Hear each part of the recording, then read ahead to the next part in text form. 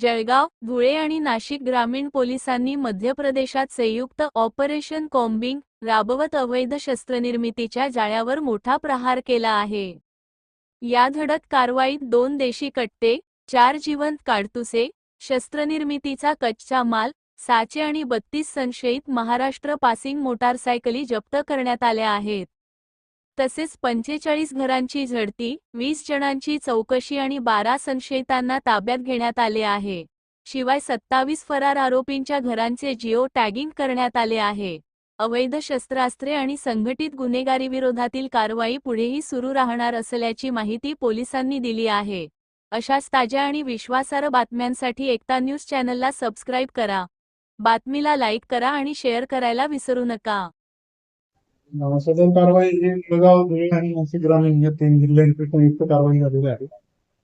जळगाव, धुळे आणि नाशिक या जिल्ह्यामध्ये जे देशी कट्टे सापडलेले आहेत काही गावामध्ये आरोपींकडून किंवा गुन्ह्यामध्ये, तर त्याच्यामध्ये असं निदर्शनास आलेलं आहे की मोठ्या प्रमाणामध्ये आणि जवळजवळ सर्व हे जे दिसते आहेत हे मध्य प्रदेश या ठिकाणावरून ते बनवणारे जे लोक आहेत त्यांनी बनवून इकडे विकलेले आहेत. त्याच्यामुळं नाशिक परिक्षेत्राचे विशेष पोलीस महानिरीक्षक संजय सरांनी सूचित केलेले होते की आपण एक शैक्षणिक पद्धत मोहीम राबवावी जेणेकरून त्यांचं जे ओरिजिनल बनवण्याचा आपल्याला जे काही संशयित आरोपी वगैरे आहेत ते आपल्याला ताब्यात मिळू शकतात. तर त्यांच्या सूचनेवरून पोलीस अधीक्षक जळगाव यांच्या नेतृत्वाखाली ही मोहीम राबवण्यात आलेली आहे. याच्यामध्ये जळगावचे जवळपास मनुष्यबळ, नाशिक ग्रामीणचं 75 आणि धुळे जिल्ह्याचे 75 अंमलदार, तसंच डीवायएसपी एएसपी नाशिक ग्रामीणचे मालेगावचे, तसंच धुळेचे डीपीओ आणि जिल्ह्यातले 6 डीपीओ जळगाव जिल्ह्यात, तसंच जवळजवळ 12 पीआय आणि 30 गरजेचे अधिकारी, 8 एसपीच्या टीम आणि धुळेची पीआरपी, जळगाव पीआरपी, आता सर्व टीमनी डॉग स्क्वॉड जळगावच्या अशा सर्व टीमनी या मोहिमेमध्ये सहभाग घेतलेला होता. रात्री सर्वांना हेल्पिंग करून 1 वाजता आम्ही सर्व टीम रवाना केलेल्या होत्या मदतीसाठी जळगाववरून. आम्ही साधारण 4 पासून आपण साधारण सकाळी 8 वाजेपर्यंत 4 तास ही सर्च मोहीम राबवलेली आहे. या सर्च मोहीम राबवत असताना आपण जवळपास 40-45 जे होते त्यांना तिथे चौकशी केलेली आहे. त्याच्यातले 12 इसमांना आम्ही कागद घेतले होते.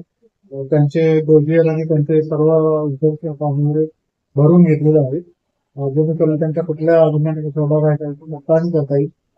त्यात ही कारवाई करत असताना आम्ही कॉर्डनिंग केलेलं होतं संपूर्ण गावाला. तर आपल्या चोपडा ग्रामीण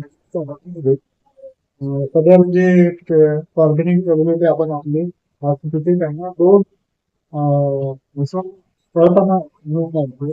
त्याच्याकडे दोघांकडे पण एकच दिवशी कट्टा मिळालेला आहे, एक राऊंड त्यांना बघून मिळून आपण तिकडे परत पोहराचे सर्च पण त्यांच्या घेतला.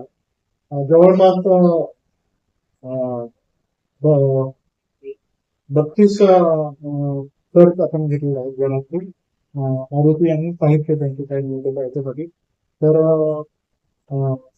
त्याच्यामध्ये 27 रेकॉर्डवरचे जे गुन्हेगार आहेत तिथले त्यांच्या घरांचे सुद्धा आपण जिओ टॅगिंग केलेलं आहे जेणेकरून गुगल मॅपवरून त्यांच्या घरांचे अंदाज घेऊन ठिकाणी आपल्या टीमला पण त्यांना तपासता येईल त्याच्यासाठी.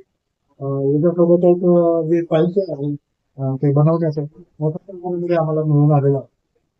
त्याच्यामध्ये जे साचे आहेत क्रिस्टल बनवण्याचे, तसंच इतर जे साहित्य आहे लोखंडी साहित्य आणि ते घासण्यासाठी जे त्याचे जे उपकरणं लागतात ते सर्व आपल्याला तिथून मिळून आलेलं आहे. अशा प्रकारे ही कारवाई झालेली आहे. एकूण किती आरोपी ताब्यात घेतले? आरोपी आपण 25 आरोपी केले ते 12 आरोपी आपण ताब्यात घेतले होते. त्यांचे इन्फॉर्मेशन फॉर्म भरून त्यांना म्हणजे त्यांचं डोजियर वगैरे तयार करून त्यांना सोडलेलं आहे. आणि 2 आरोपी कडे आपल्याला आपल्या हद्दीमध्ये वेपन मिळाल्याने तो दोघांना आपण ताब्यात घेतलं. त्यांच्यावर दोघांनी पण गुन्हा दाखल करण्याची प्रक्रिया सुरू आहे. म्हणजे त्यांच्याकडे फक्त ती एक गाव कट्टा दाखवला. दोघांकडे एक त्याच्या सापडलं वेगळं. तर जिल्ह्यातलं सर्वात मोठा सर्च ऑपरेशन म्हणता येईल काय? जिल्ह्यातील सर्वात मोठा सर्च ऑपरेशन आहे का? हा, जिल्ह्यातील आतापर्यंत तर ते सर्वात मोठं ऑपरेशन म्हणता येईल. हे पोलीस अधीक्षक जळगाव यांच्या मार्गदर्शनाखाली नेतृत्वाखाली आणि पोलीस महानिरीक्षक नाशिक परिक्षेत्र यांच्या मार्गदर्शनाखाली राबवलेलं आतापर्यंतचं सर्वात मोठं सर्च ऑपरेशन म्हणता येईल आपल्याला. सर पूर्वी जे इथे जे पोलीस निरीक्षक होते त्या टायमाला ज्या भागातून हे कट्टे येतात त्या भागात आपण नाकांची उभारणी केलेली होती, परंतु अधिकारी चेंज झाले आणि नाकाही बंद झाले. तर असे काय आपलं नियोजन आहे का? बरोबर आहे. आता अजून सर्व प्रकारच्या उपाययोजना आपण आता इथून पुढे करणार आहोत. तर आपल्याला तिथला सगळी अंदाज आलेला आहे. नाकाबंदी सोबतच दुसरे सुद्धा भरपूर आम्ही उपाययोजना इथे करणार आहोत. उदाहरणार्थ ज्या आरोपींकडे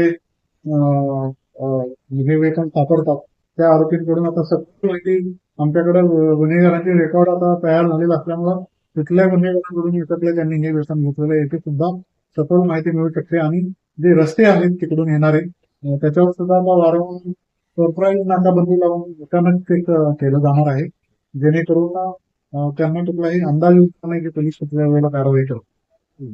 धन्यवाद.